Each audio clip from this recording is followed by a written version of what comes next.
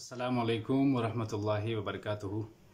मैं अल्ताफ़ुर्रहमान रूमी एक दफ़ा फिर एक नई वीडियो के साथ आप सबके खिदमत में हाज़िर हो रहा हूँ।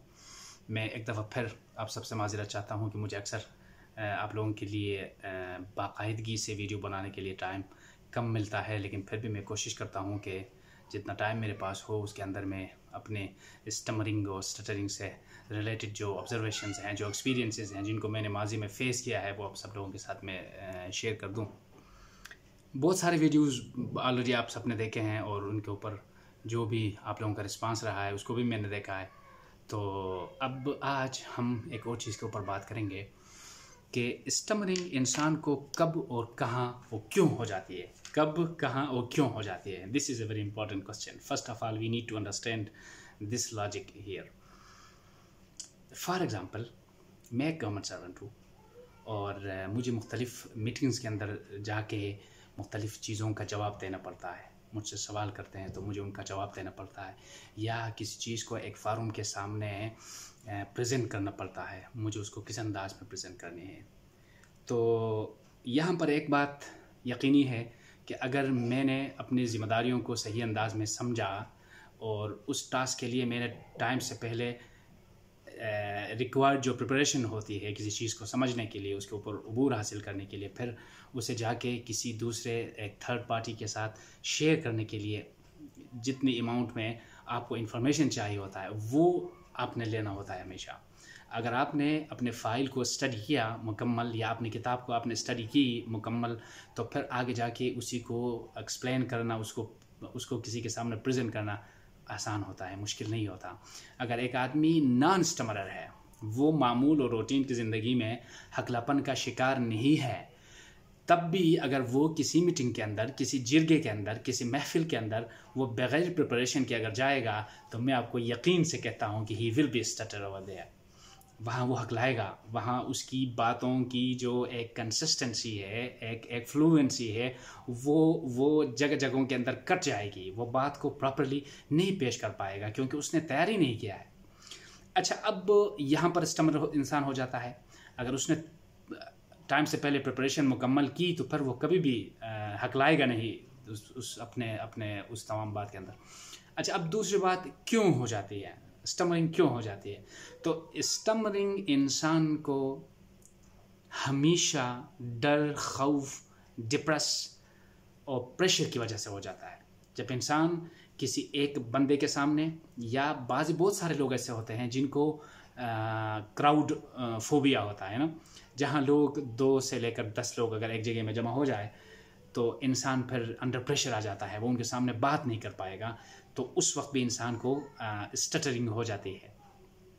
लेकिन यहाँ पर सिर्फ मैं एक बात, जो लोग स्टमरर नहीं हैं और वो they are still watching this video, तो उनके लिए मैं ये बता दूँ कि हमारी बातें बिलखुसूस जो होती हैं वो हकलापन का शिकार जो लोग होते हैं, ये उनके लिए, क्योंकि जो लोग हकलापन का शिकार नहीं है वो इन बातों को बिल्कुल मजाक समझते हैं। हालांकि एक स्टटर आदमी इस बात को समझ सकता है कि उसकी ज़िंदगी किस अजियत और किस कसम पुरसी के अंदर गुजर रही है। तो एक रिक्वेस्ट इस मैसेज के थ्रू, इस वीडियो के थ्रू हम ये भी करेंगे लोगों को कि कभी भी किसी हकलापन के शिकार एक आदमी का मजाक मत उड़ाइए।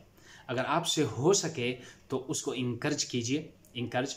और स्टमरिंग के लिए सबसे बेहतरीन जो हीलिंग ट्रीटमेंट है, जो बेहतरीन इलाज है, वो हौसला अफजाई है, वो इंकरेजमेंट है। आप उनकी बात को प्रॉपरली सुने, आपको अंदाज़ा 1-2-3 बातों के अंदर हो जाता है कि ये आदमी स्टमरर है, क्योंकि ये पाकिस्तान करके रुक जाता है, ये कराची प्रॉपरली ये नहीं बोल सकता, तो उस आदमी को आप मज़ीद टाइम दे दें। खैर है, उनकी बातों को तवज्जो से सुने, उसके बातों के साथ, उसके साथ जो तुम्हारी गुफ्तगू होती है, उस गुफ्तगू के अंदर आप मज़ीद अपने दिलचस्पी का मुज़ाहिरा कीजिए, ताकि उसको लगेगा कि मैं जो कुछ कह रहा हूँ मैं ठीक कह रहा हूँ और मैं सब्जेक्ट के ऊपर प्रॉपरली बात कर पा रहा हूँ। तो फिर उसके अंदर एक हौसला डेवलप हो जाएगी, एक इंकरेजमेंट उसके अंदर बूस्ट अप हो जाएगी, तो वो मज़ीद अच्छे अंदाज में बात कर पाएगी और एक इंसान लोगों के सामने एम्बैरेसिंग सिचुएशन से फिर बच जाएगी ना। ये बात मेरी नॉन स्टटर जो हमारे अहबाब हैं उनके लिए है। अब कहाँ हो जाती है, क्यों हो जाती है? तो ये बात मैंने आपके सामने रख देना, तो यहाँ पर ये बात है। और आखिर में एक मिसाल मैं आप लोगों को ये दे दूँ कि फॉर एग्ज़ाम्पल आपके पास ऑनलाइन कोई फ़ाइल है, यूट्यूब में कोई फ़ाइल है, अगर आपने उसको प्रॉपरली वाईफाई के अंदर जाके या अपने डेटा के ज़रिए डाउनलोड करके किसी यूएसबी में आपने रख दी उसको, या आपने ऑफलाइन किया पहले उसको और फिर अपने साथ एक प्लेलिस्ट में आपने रख दी एक फ़ाइल को, वो अब डाउनलोडेड फ़ाइल है, वो फ़ाइल डाउनलोडेड है। अब इसकी निस्बत में एक दूसरा फ़ाइल है जो कि डाउनलोडेड नहीं है, जो अभी तक इंटरनेट के ऊपर है। आप जब चाहे किसी वाईफाई में जाके प्रॉपरली उसको प्ले करके सुन सकते हैं, देख सकते हैं, वहाँ से इंफॉर्मेशन ले सकते हैं।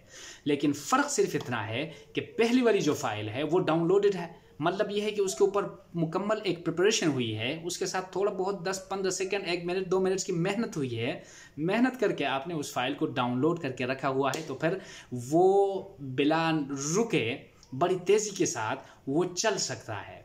और जो फाइल डाउनलोडेड नहीं है, इसको चलने में टाइम लगेगा। हो सकता है कि वहाँ किसी वाईफाई या नेटवर्क या इंटरनेट की वीकनेस की वजह से, बेड नेटवर्क रिसेप्शन की वजह से उसकी जो फ्लुएंसी है, उस वीडियो की जो चलने का एक रेशो है वो रुक सकता है, वो स्लो हो सकता है, वो उस वीडियो की तरह नहीं चल सकता जो डाउनलोड होके आपके पास यूएसबी में ऑलरेडी महफूज है। तो ये मिसाल ऐसा है कि आप जब किसी बात के लिए तैयार होके जाते हैं, मेंटली फिजिकली तैयार होके जाते हैं, तो फिर उस बात के अंदर आपके हक लाने के चांसेस बहुत कम होते हैं। आप जब बगैर किसी प्रिपरेशन के एक जिरगे के अंदर कूद जाते हैं, या एक महफिल में जाके आप बिन बुलाए मेहमान होके जाके बात करना शुरू हो जाते हो आप, तो वहाँ पर आप हक लाओगे। ये बात याद रखो, आप हक लाओगे। वैसे भी अच्छी बात यह है कि कोई भी बात को करने से पहले इंसान को सोचना चाहिए, ठीक है ना। सोचना, देखो, पहले तोलो फिर बोलो, ये एक मुहावरा भी है। इंसान जब सोच के अपनी बात को रखता है किसी के सामने, तो वो बात बड़ी मुदल्लल और वो लॉजिकल बात होती है। बगैर सोचे समझे जो बात हो, जो काम हो, वो हमेशा के लिए ठीक नहीं होगा। तो सोच के बात करना वैसे भी अच्छी बात है। और मेरे ख्याल में हम जब बहुत सारे टॉपिक्स को एक दूसरे के साथ इसमें टेक करते हैं तो फिर बातें समझ नहीं आती। और आज मैंने ये यूएसबी डाउनलोडेड और अनडाउनलोड वाली जो बात आप लोगों के सामने मैंने रख दी है, ये बहुत ही इंपॉर्टेंट बात है। इस बात के ऊपर आप लोग ज़रूर सोचिए कि अगर मैं किसी एक सब्जेक्ट पर बात करने के लिए टाइम से पहले 10 मिनट पहले भी तैयारी करूं, उसके बारे में मेरे पास प्रॉपर सफिशिएंट नॉलेज होगा, तो उसी को मैं यूटिलाइज करके एक आदमी को कन्विंस कर सकता हूं। कन्विंस करने का मतलब ये होता है कि अगर आप अपने भाई से कहते हैं कि यार आप जाके दुकान से मेरे लिए एक मोबाइल कार्ड लेकर आइए, तो ये भी एक समझाने वाली बात है। या आप अपने एक ऑफिसर को एक प्रोजेक्ट का आप उसको प्रेजेंटेशन देते हैं, उसको आप समझाने की कोशिश करते हैं कि ये इसकी फिजिबिलिटी है, ये इसका प्रिलिमिनरी कॉस्ट है, ये PC1 है, और ये हमारे अहदाफ है, और ये इतना पीरियड फॉर कंप्लीशन हमने रखे हैं, और इसके लिए हमारे पास जो रिलीज्ड अमाउंट है वो इतना है, और येट टू बी रिलीज जो बाद में होनी है वो इतनी है, ठीक है ना। तो ये सारी चीज़ें अगर टाइम से पहले आप प्रिपरेशन किया हुआ हो, तो फिर किसी के सामने इस बात को रखना कोई मुश्किल काम नहीं है। आपके पास इतनी बड़ी जिम्मेदारी है और आपने बैकग्राउंड में कोई तैयारी नहीं की और आप खामखा जाके एक फारूम में बैठ गए, तो फिर आप वहाँ पर बात नहीं कर पाएंगे, आप स्टटर हो जाएंगे। This is the main thing which we need to understand.